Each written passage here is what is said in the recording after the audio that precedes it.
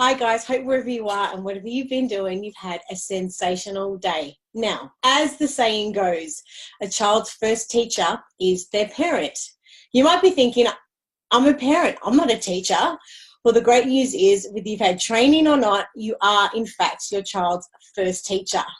Now, whether or not we know it, our everyday lives and routines present us with excellent opportunities to develop children's life skills. It's our duty and our responsibility to fill our children's backpack, their life's backpack, with as much education and knowledge as possible to help navigate their way through life's journey. If only children understood, if they were to listen to the advice of their parents and adults around them, it would actually help alleviate some of life's difficult lessons and to simply make life easier for them.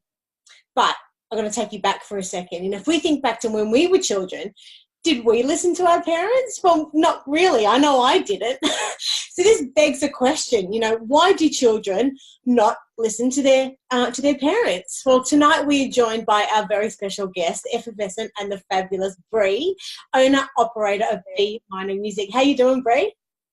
Good. How are you? I'm just really excited to be chatting with you as always. Now, Always, yes. Has 14 years experience as an early childhood educator, and she is a mother of 3 stunning and beautiful children. So to begin with, we'd love to know, what has been your experience on this topic, and has there been much difference, and what is the difference between, I guess, the two, with being an early educator and being a parent? So we'd love to hear. Well, there's boundaries that you can't cross when you're an educator. So in this article, I talk about consequences. So consequences for actions in childcare, like for example, at home, if I said to them, put your jacket on, it's raining outside, and they said, no, I don't want to. Instead of having a big battle with them, I'll just say to them, that's fine, but if you go outside, you will get wet. And then it's up to them to learn from their mistakes. So they'll go outside, they might surprise me and go, I actually loved it out there in the rain. Or they might go, oh, I feel really yucky, my clothes are all wet. Now, as an educator, I'm not in a position where I can actually do that, because the family might have different, ways of thinking. They may not allow their child to go outside in the rain unless they've got a jacket on. Some people have beliefs that you can get sick from being out in the rain and everything like that. So my role as an educator is to meet all of the family's needs and their beliefs and everything like that. So that's one of the main things that I can think of right now about the difference between home life and being an educator. Yeah, and I guess kids in general have just got a lot going on in their minds, and they've just got a lot to think about. Do you think that maybe they just don't listen, maybe because they're just focused on their own priorities rather than what we actually as adults or parents want them to do? What's your opinion on that? I think that's a massive reason. So, as you said, they've got their own agenda. They've got so many things to do, and we're constantly telling them, clean up this, stop doing this so that you can go over here. And, at home with your children, it's, we've got to go, hurry up, grab your bag, don't do that, wear this, da, da, da, da, da. And children are just like, like, you have just given me so much information. So they shut down. So it's best just to give them, small directions as they need them, and rather than, bombarding them with all of this information. And in childcare, it's the same. They've got so many things to play with and so many children to socialise with. And if educators are saying, you need to stop now, go and wash your hands, go and have some lunch, it's sleep time now. Again, they're just like, whoa, too much information, you're telling me too much stuff. So they shut down. Yes. So, part of one of my parenting mantras is like, main one, pick your battles, but the other one is don't tell your child to do too many things, because the more you tell them to do, the more they'll back off and go, whoa, yeah, I can't listen to you anymore. So I find that you only say the things that you need to say, like give them the instructions that you need to give, and the rest they'll work out for themselves. Yeah. And it also works good for later in life, because if they're working them out for themselves now, when they're adults, they'll be able to problem solve better. Yeah. Well, look, let's get straight into the article because there's so much to cover. So we know we Sure. published an article titled, "So do you feel like your children never listen?" Could you tell us a little bit about what the main message of this article is and really what inspired you to write it? And then we'll get stuck into the 3 key questions. Sure. So, I have 3 children, and I think like at least once a day I say, I swear you don't listen to me. I know that you can hear me, but you're actually not listening to me. And I have found that consequences for actions are just so effective. So, a lot of parents punish their children for not listening to them. So, for example, if you don't put your clothes away, I'm going to take away your toys. That's not effective for a lot of children because a lot of children will be like, well, that's fine. I've got other things that I can play with. Whereas if you give them a direct consequence for their action, then they're suffering that direct that reflection of what they've done. So Yeah. they're more inclined to learn.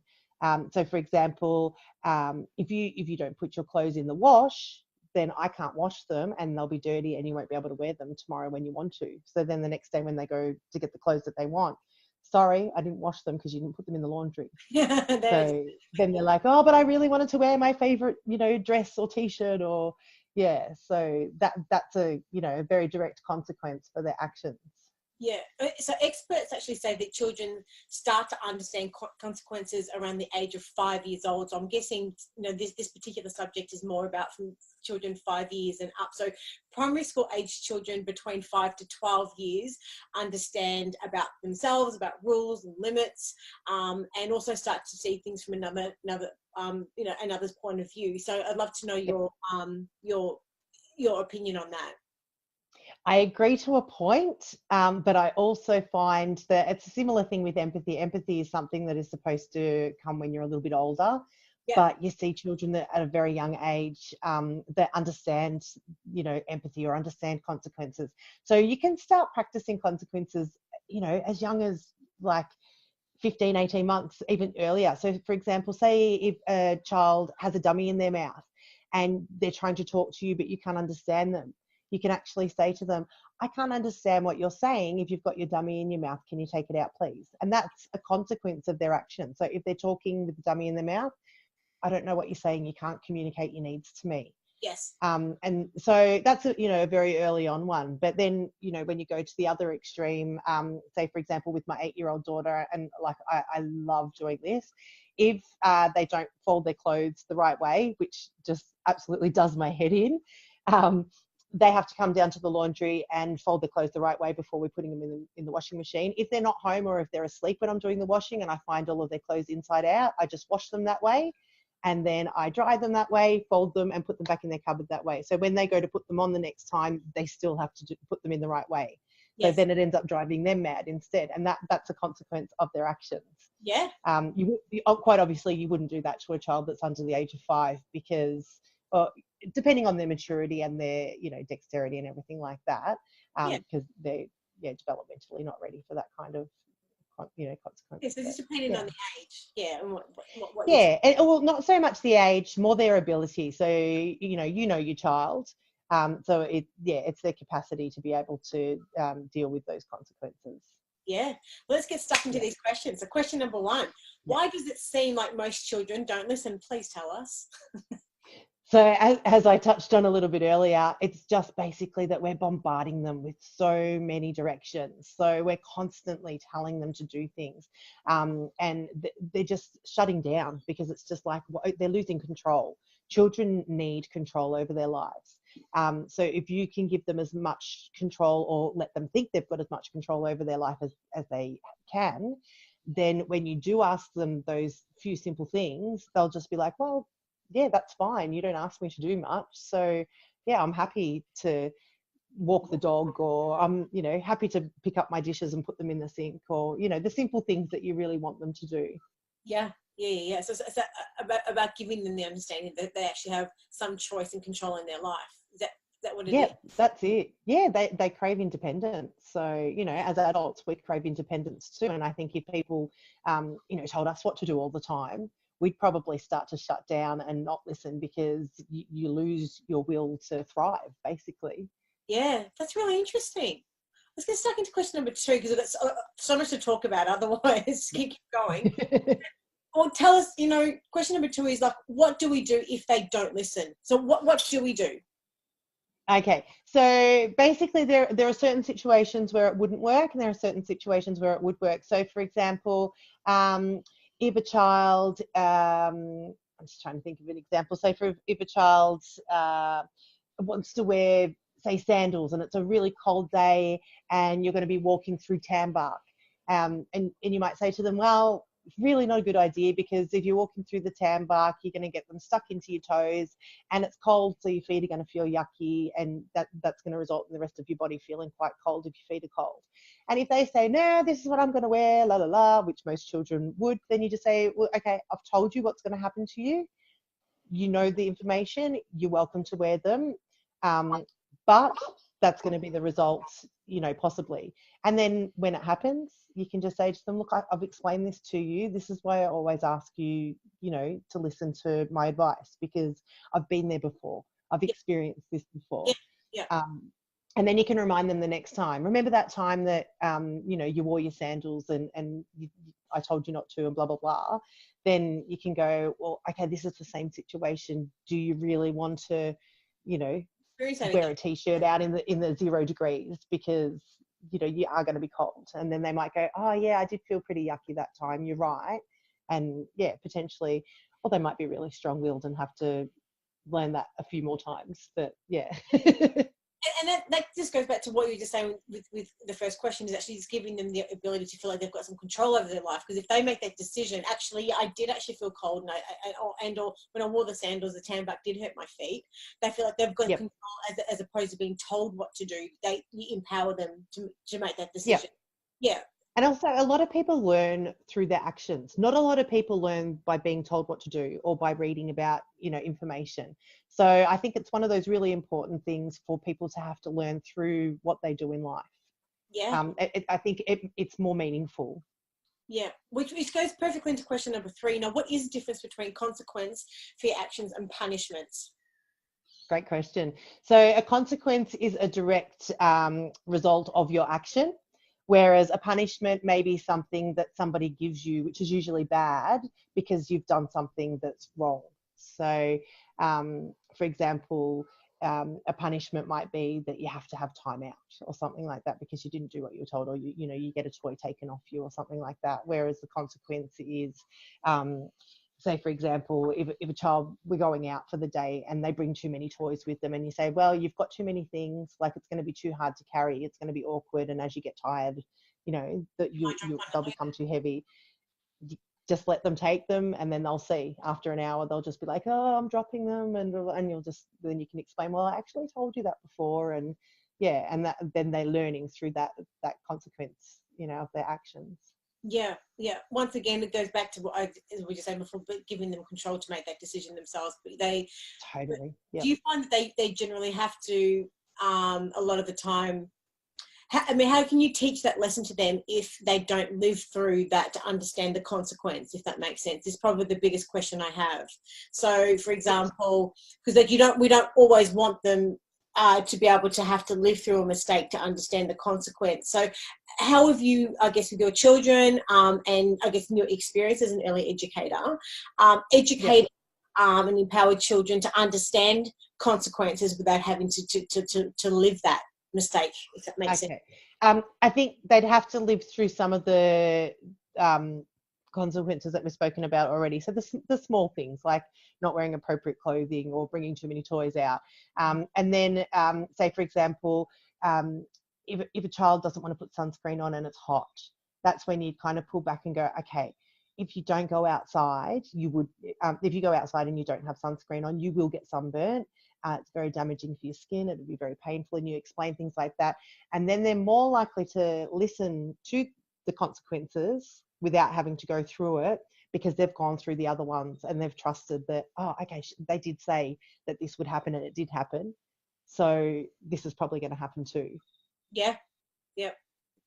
Awesome answer. All right. Well, look, I've thrown together, and I'd love to know your opinion on these. I've just thrown together some top tips how we can actually get children to listen. Love to know your thoughts. So we'll just quickly fly through these because there's a few of them.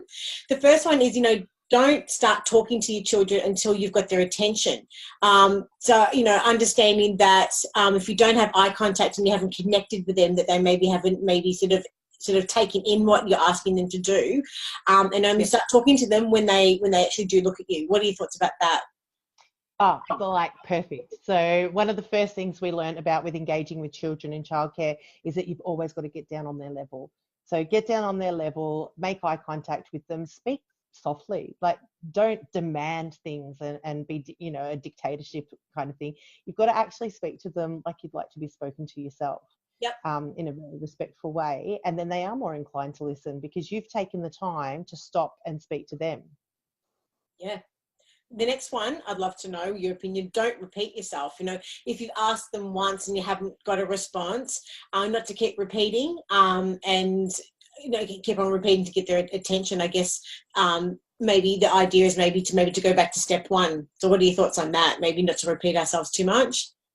Yeah, so like if you have found that you've asked them to do something and they're not listening, maybe you could come back, sit with them and say, do you remember that I asked you to do blah, blah, blah? Is there a reason that you haven't done it yet? Do I need to give you more time? And if you are on a time restraint, just say, okay, look, we've really only got like 5 minutes. Can I get you to do it in a minute? And that way you're kind of negotiating your time with them. So they feel like, again, like they've got a bit of control and, they're happier to do it. Yeah. And using fewer words, I guess a lot of our messages can get diluted and lose their attention span when we're using too many words. So to use as few words as possible when given instructions.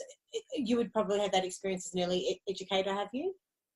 Yeah, it's give one instruction at a time. So you wouldn't say, can you please put that over there and then pick that up and then bring that over here and talk to this person about that. You just do one action.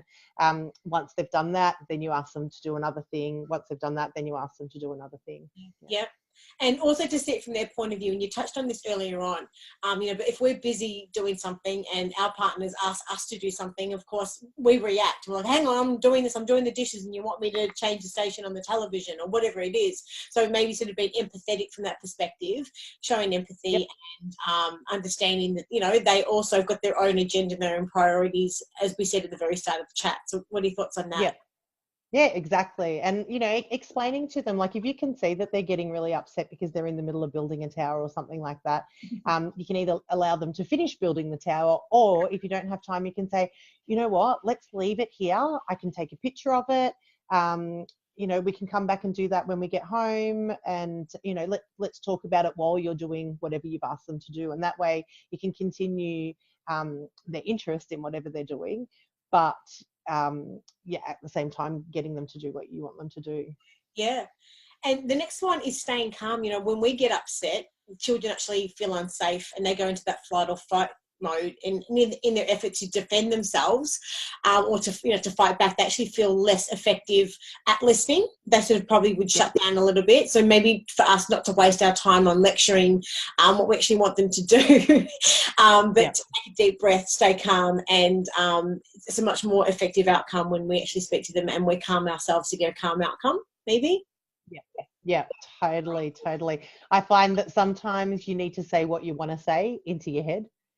And that way, like I might, like in my head, just be like, oh, come on, hurry up, you're taking too long. But on the outside, you remain calm and composed and, doing a great job. And one thing we haven't mentioned is positive reinforcement. When they do listen to you, compliment them. I loved the way you listened right now. That was so lovely. Like, I really appreciate the fact that you did whatever I asked you to do straight away. That's really nice of you. And, make them feel good about themselves when they do actually listen to you straight away. Yeah, definitely. This is something that we had a bit of a chat offline about, which there's two sides of the coin.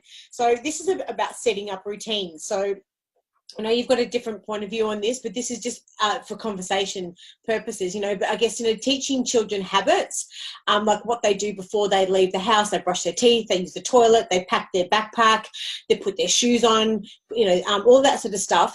Some parents actually say that they're suggested to take photos of your child doing these things and put them like on a bit of a poster, so your child will actually learn them over time, and once again, putting them in charge of what they need to do next. So this way they learn the skills, and maybe that could be limiting some of the question time, because they actually visually, because everyone's different. Some people are visual people. I'm a visual person. I've got sort of posters you see everywhere. So, and the question is, what else do you have to do before you leave the house? Let's check your schedule. So habits and setting up routines is another way to actually get kids to listen and or to get them to do stuff. What's your opinion on that? So professionally, routines are the be-all and end-all of success in childhood, especially children with ASD. And as you explained with the little picture charts, they are perfect for children who just need that little bit of a visual cue. And I highly recommend them. Personally, as I was explaining offline, I had 2 children years ago, 13 years ago now, because I've just started high school, and they were the happiest children ever, and they had no routine. So they were to eat when they wanted, they were to sleep when they wanted, play when they wanted, and they were just so free-spirited and so happy that I decided that when I had children that I was going to parent them the same. So we don't have a routine at all in our house, but in saying that, there are certain things that they have to do. So as you mentioned, before they leave the house, they do have to brush their teeth. They do have to make sure that, they've done their hair and that they're dressed appropriately and everything like that. It's just very loosely based, I guess. Yeah. So the word routine's probably never used in our house, that there is no certain time for bedtime or for mealtime or anything like that. But but for most people, it is recommended that children follow a routine, because they need to know what they're doing each day. And I think my children do know what's coming each day. It's just a surprise as to what time we do them. And it's parenting preferences, and that's why it's just, whatever works in every household, definitely. But, Exactly. it's great to get your opinion on that. Another one as well is just to watch for understanding. This is twofold. I guess at the time, most of the time, kids, if they're not listening, is sometimes maybe they're just tapping in and tuning into us. So if we're standing at the bench and we're sort of asking them to do something, and we're scrolling on social media, maybe they're just tuning into maybe the fact that we're not tuned into them. I don't know, what's your opinion on that to begin with? Oh, I totally agree. And that's what we were saying earlier. You need to actually give them attention when you're asking them to do something, because you can't expect them to give you 100% if you're not giving them 100%. Yeah. But of course, and another thing I'd like to touch on too, I'm not sure whether you're going to bring it up or not, but hearing. If your child's not listening, one of the first things you need to do is actually get their hearing checked. They might need grommets, they might have fluid in their ear, they might be prone to ear infections. So you need to make sure that they can actually hear you properly before you actually say, are you listening to me? And then if they have got really good hearing, then you can say, okay, you can hear me, you're just not listening, and then you can take it from there. Yeah, 100%. And the very last one ties into what you were saying earlier on, which is a perfect circle now, is just to be able to pick your battles, pare down your orders and what's really non-negotiable. So, from that perspective, we want our interactions with our children to be as positive and supportive as possible, but pick your battles. And this is what you were saying before, I guess. Yeah, the less little petty things that you pick up on, they're more likely to actually engage in the more important things. So if the important things like wearing a helmet when you're riding your bike or your scooter, or wearing a seatbelt when you're in the car, or putting sunscreen on when you go outside, or the things that are actually going to affect your health, they're the things that you really want to be fighting over, not what they're wearing in certain weather, or whether they're going to be eating at a certain time or things like that. Yeah, of course, if we were working in a job scenario, I guess, for a boss who constantly badgered us with orders, would we continually be listening and being attentive? So, of course, we just need to have that empathy to be able to understand how we're perceived from their point of view, and we just sort of mirror back to them as well. But tonight I've really enjoyed this chat tonight. We've got, I think, a lot. I've enjoyed it too. Yeah, woohoo! So thank you so much for your time. You've given us some awesome insights. Now, if parents have got any other questions for you, where can they find you to begin with? You can find me at beminermusic.com, and I'm happy to answer any questions. All right, awesome. And everyone else watching, we've got a link to Bree's article and the introduction paragraph to this chat tonight. So honoured for your time as always, and can't wait to chat again. Give my love to the kids. Mwah. Thank you, and to your dogs. Okay, see you later. Bye. Thank you. Bye.